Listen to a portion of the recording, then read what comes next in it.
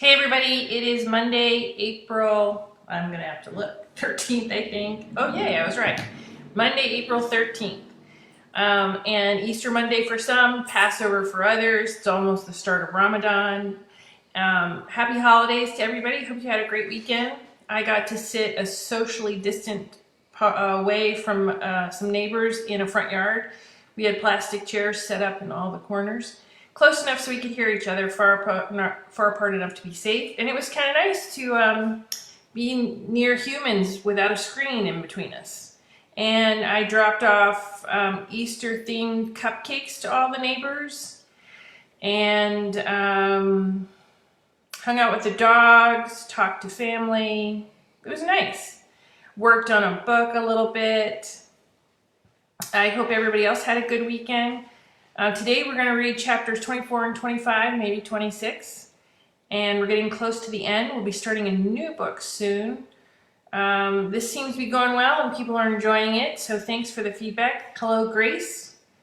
So let's get started. It's great weather here. It's in the 60s today, which I adore. Still doing the 3.15 mile walk every day that I hope to someday start running. That's the length of a 5K. So I figure by the time this is over, I'll be able to run it. So far, I'm just proud of myself for walking it. If y'all have, this is a good time to think of this as an incubation where you get to choose what you want to look like and what you want to do. I mean, anything you want to change, and then emerge with the new changes once this is over. Because, we may be doing this a little while. So instead of thinking this is quarantine, you could think of it as incubation. Just a thought. All right, so chapter 24 of the Guardians of Magic. Lyra starts again June 29th. The troll will be back. And we'll do 24 and 25 today, maybe chapter 26. Let me know if you have any questions or comments or want to say hello. And if you're watching through Grace's party over on the fan group, I can't necessarily see the questions, but maybe Grace can add them. Hi, Nancy. But for now, let's start on chapter 24. And as usual, Lois is right behind me, and she may have her own sound effects during.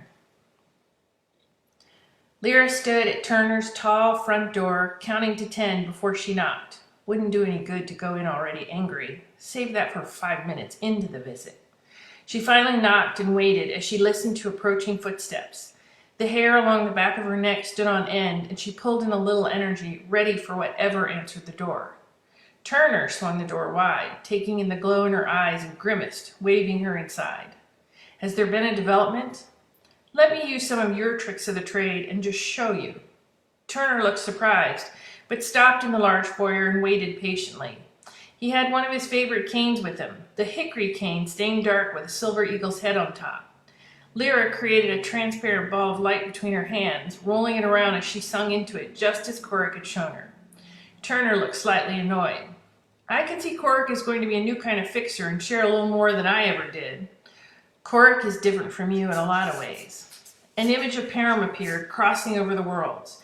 He was unconscious, lying on a pallet in the gardener's home, deep in the forest on Orsarin. His shoulder and arm were heavily bandaged. I'm beginning to see that. That's a friend of mine, a good one, and Korik's best friend. I haven't told him yet. She felt a pinprick of regret, but I'm going to the moment he gets back from wherever you sent him.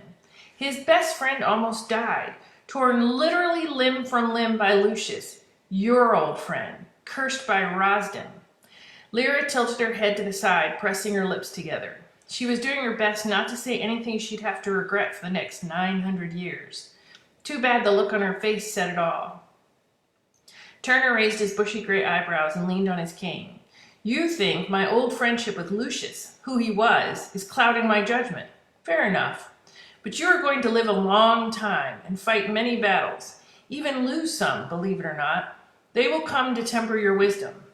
You are a servant of the greater good, Lyra Barons. It's in your DNA and comes forward no matter what happens to you. It doesn't change that your friend in many ways died a long time ago and has become a menace to that greater good. or that your house guest put him there. That is where you're going to have to loosen up your old definitions if you're going to still do good in this new world order. We are on the edge of very dangerous times, far more dangerous than optimistic. Magic is returning, and it has stirred the bottom of the pot. All kinds of things that stayed comfortably hidden for thousands of years are bubbling to the surface. You know what's on the surface? He held up his hand. Human beings, and the lifestyle they've grown to accept as fact. But it was a kind of temporary myth all along. I'd like to put off awakening them for as long as possible. If I'm going to do that, I'll need your help, and taking this curse off the shifters is the first step. The only being willing to help us with that mission is Rosden. The only other beings who possess that knowledge are the damn wizards and witches who created this cursed mess. His voice was growing in volume, booming through the house. You can see the dilemma. Serve the short-term need for revenge, which you handily call justice, or hold back. Serve the greater good on this new playing field, and see what apocalypse we might be able to stave off. I gave you my word I'd play things out your way. Asking me to like it is going too far. It's not justice, no matter what reasons you come up with. That's the really strange thing about justice, after all.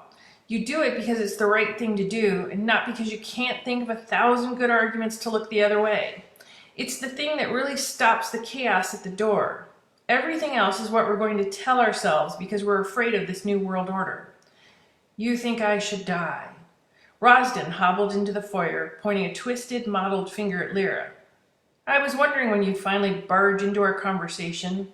I'm not after your death, necessarily.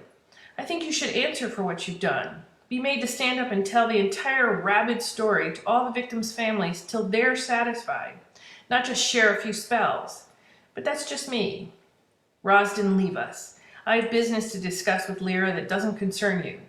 Like she can't eavesdrop if she wanted to. Rosden turned back at the door, eyeing Lyra.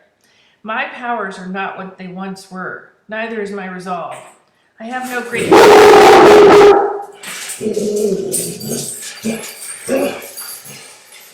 Someone dared walk by. I have no great conquest to fulfill. Save it. You're getting what you want. Selling me on it is a waste of everyone's time. Turner waited for Rosden to go down the hall before he led...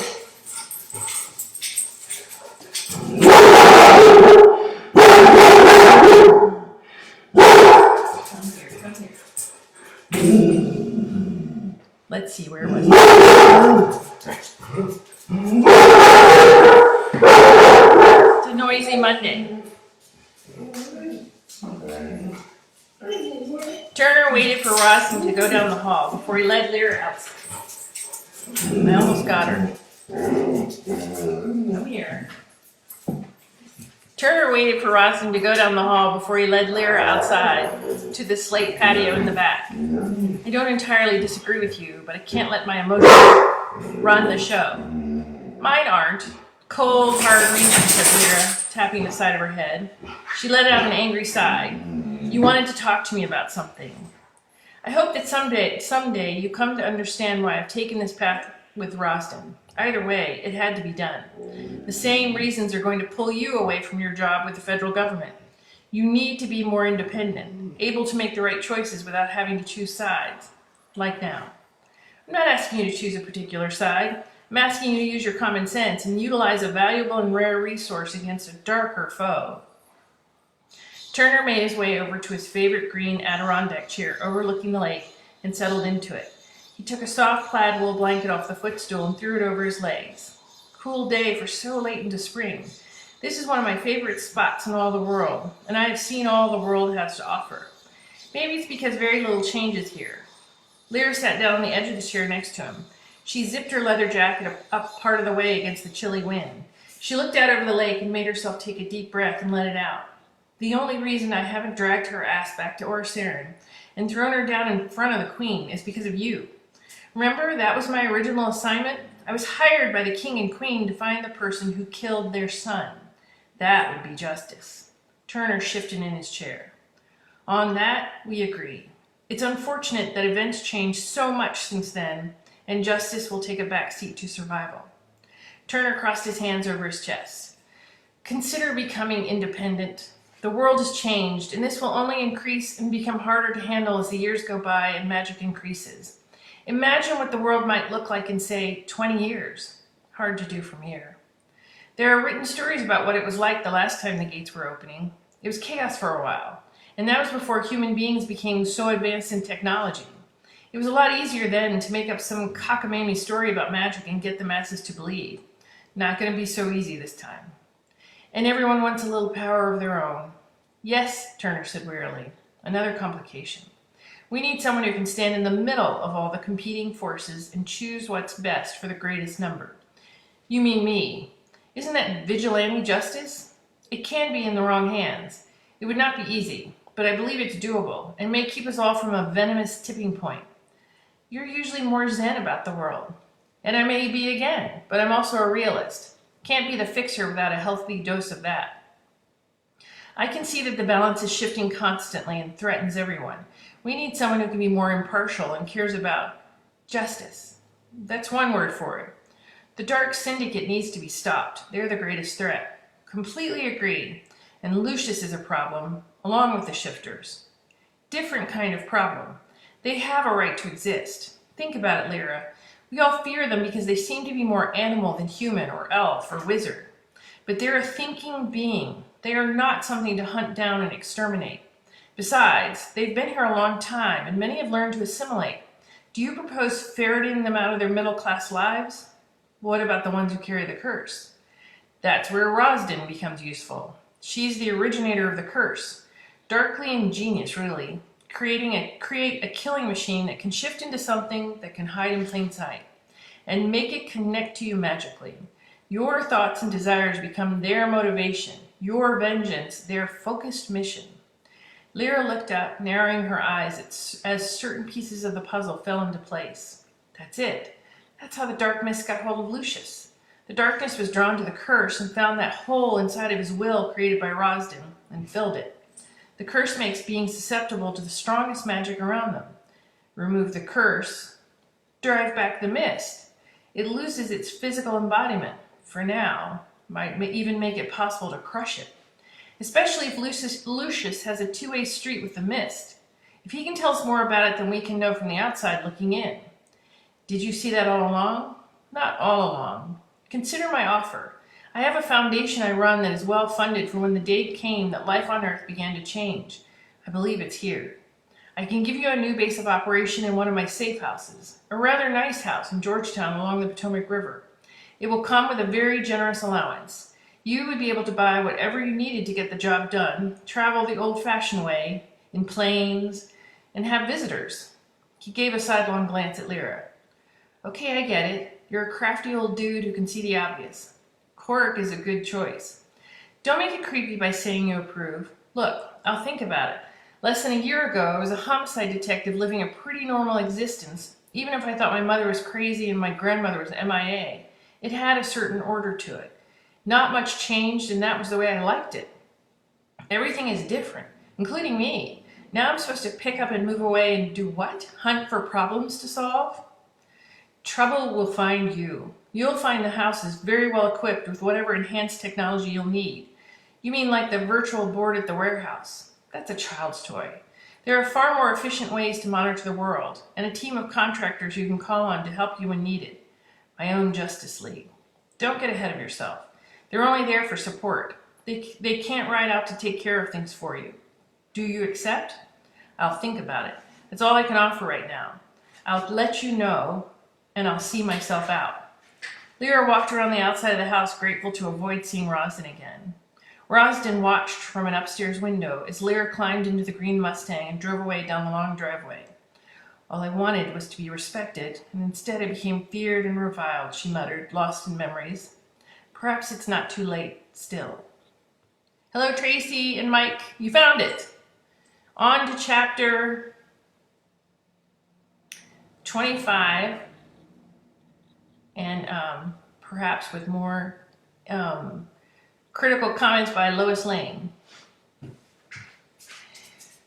In memory of my beautiful wife, Sirius Pickering raised his glass in a toast. The 2010 Spring Mountain Vineyard Cabernet Sauvignon was a deep ruby color in the firelight in front of the oversized stone hearth. The other elders joined him and raised their glasses. To Juliana. Sirius swirled the wine around in his mouth, doing his best to get the image of the remains of his wife's body out of his mind. That's all there was by the time he got to her. Remains.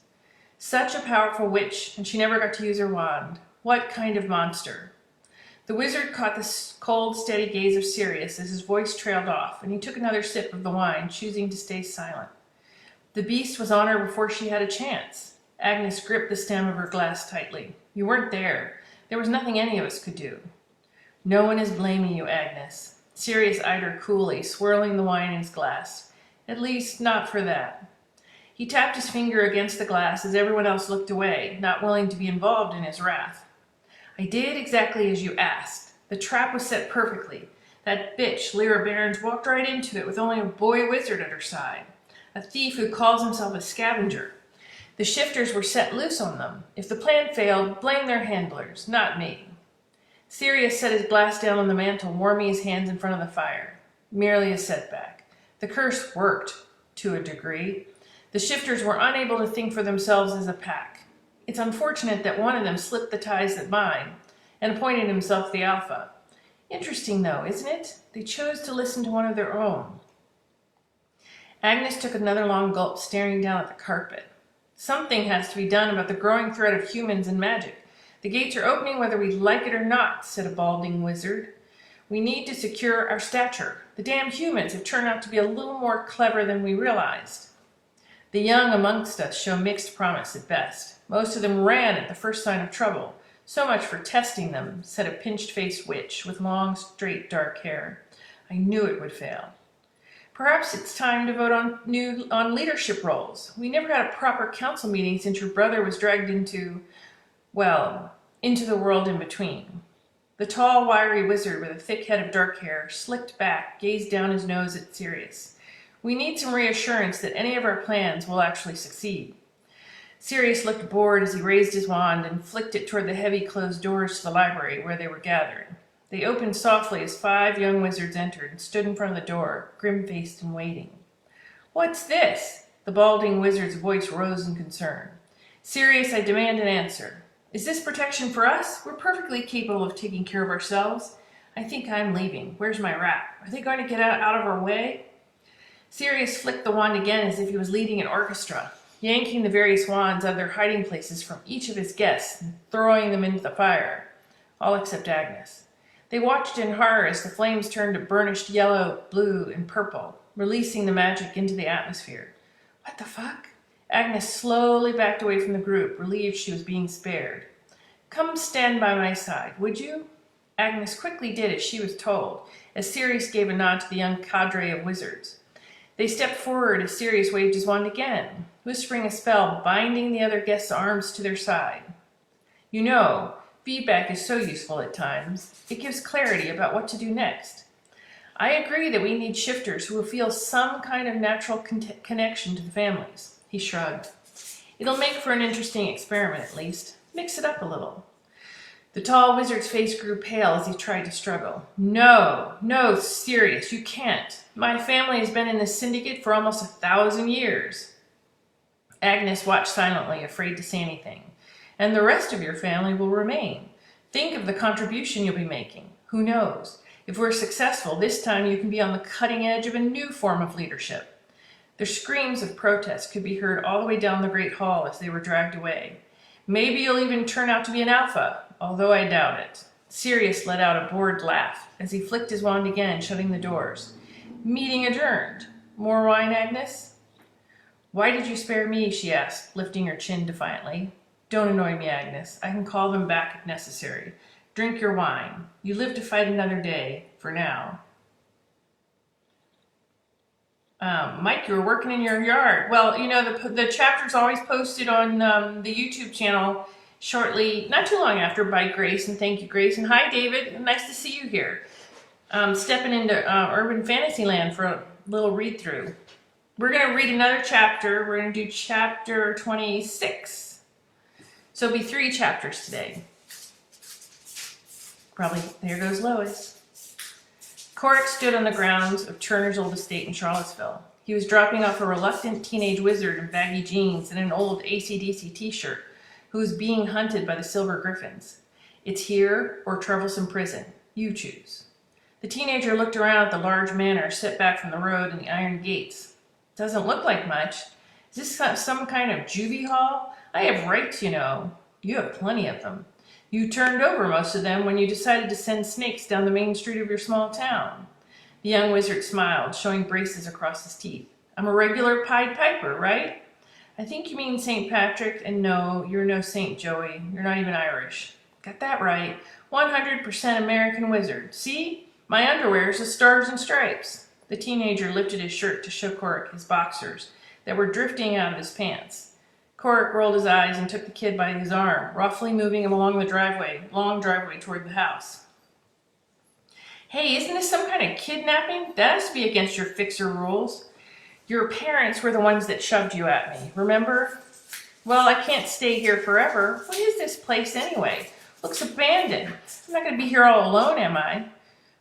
Joey was quickly losing his bravado as his feet tried to run backwards. Corrick easily lifted him off his feet, letting him run in the air as he half carried him toward their destination. You're in luck. The old fixer has made a deal with the feds. You're looking at a brand new school for misfit toys like yourself. Seems that some human beings want to be ahead of the curve, and they actually think your sorry, skinny ass is part of the answer. Really? Joey settled down, giving in and walking toward the manor, still in the distance, looking around at the grounds. Not much here. They'll have to do a better job of jazzing up the place if they want a bunch of magical witches and wizards to hang around and not set it on fire. Joey threw up his hands to protect his head. Not that I would do something like that. I know where to draw the line. Won't just be witches and wizards, Joey. You're going to have to learn to get along with all kinds of magical beings. All of you are getting ready to help with the gates opening. Ah, the Great Migration. I've heard about that. Heard my parents talking about it. They think Orisarin is going to pull a Krypton and go boom. He blew out his cheeks and held up his hands. That's not the real prophecy. They got it wrong. Never mind, drop it. Look, Joey, there are spells protecting this place, and you'll be able to stay here without being detected. There's a warrant out by the Silver Griffins to take you in to be tried and probably convicted. It doesn't look good for you. You want a second chance? This is it. Keep your head down, do a close approximation of what you're told, and try to make something of yourself. You clearly have some talent. Some. You can learn to channel it. For the feds. Joey rolled his eyes, even as Corrick was still dragging him along by his arm. For the humans who run the feds. That's like turning on my own kind. Is this really all such a good idea? We're almost there, Joey. Let me know if you want to go with Plan B, and we'll step back out on the road where your presence will light up the board at the Silver Griffin's nearest headquarters. Shouldn't take them long to swoop down in their minivan and pick you up. Who knows? Maybe they'll set you loose again while you still have hair. Although if you end up in Troublesome, you may not have enough of a mind left to know if you still have hair. School for the human feds it is. You know, if this place gets Wi-Fi, so far I only have 2 bars. Give me that. Corrick left Joey with the groundskeeper who answered the door. We've been expecting you, Joey. Follow me. Joey gave Corrick a look like he was ready to bolt, but all Corrick had to do was step out of the way and let him. Go ahead. Make a break for it. Look out for any soccer moms in minivans while you're out there. Joey let out a defeated growl and picked up his duffel bag, trudging along behind the groundskeeper. See you around, Joey. Joey responded by slowly raising his middle finger behind his back, never turning back around as he smiled at the groundskeeper. Joey will be just fine. He's already learned to smile up. Corrick took a last look around at the marble inlaid floors and the vaulted cupola in the ceiling and let out a low whistle as he walked out, shutting the door behind him. Hope Turner knows what he's doing, setting a bunch of spoiled teenagers with wands loose in his country palace. He headed for the road, glad to not be dragging Joey along with him. He saw a shadow come over where he was walking and looked up in time to see a young gargoyle come in for a landing, settling on his shoulder, weighing him down. 2 moons, what the hell? The gargoyle dug in with his claws, gently pinching Corrick's skin under his jacket. Corrick struggled to get the gargoyle to land somewhere else, but all it did was get the creature to flap his wings longer, batting Corrick in the head and stirring up the air around them. What the hell is happening? I know you. Corrick stopped twisting and turning. I could swear I heard you speak inside my head. You'd be right. Remember me? You dropped me off here. I remember you. We're friends. You're a telepath. Most gargoyles are. It's what makes us great at working the postal system. We know what you meant to say. How is that helpful? Cork looked around the grounds, but couldn't see anyone. I look like I'm talking to myself. Then just think it to yourself. I'll hear it. That's disturbing. Fly out here where I can see you. Cork pointed to the ground in front of him as the gargoyle reluctantly agreed and lifted off his shoulder, pressing down with its powerful legs. Cork looked at the winged creature, trying to keep his thoughts to a minimum. That won't work. We get intention. I've been waiting for you to come back. I want to blow this joint. You've been hanging out with a troubled youth, I take it. Not a nice bunch, believe it or not. One of them tried to fly me like a kite. I believe it, but I can't take you with me. I'm heading out there where magic is still hidden. You'll stick out like a sore thumb. Not so fast. The gargoyle shimmered as the molecules shifted in the air and he reshaped himself into a small corgi. I hear these dogs are popular. How the hell did you do that? Not that hard. Watch this. The air shimmered again and the small corgi shifted into a parrot. The bird took flight and landed on his shoulder. I'm the perfect companion. Besides, knowing intentions can be helpful. I don't want a sidekick.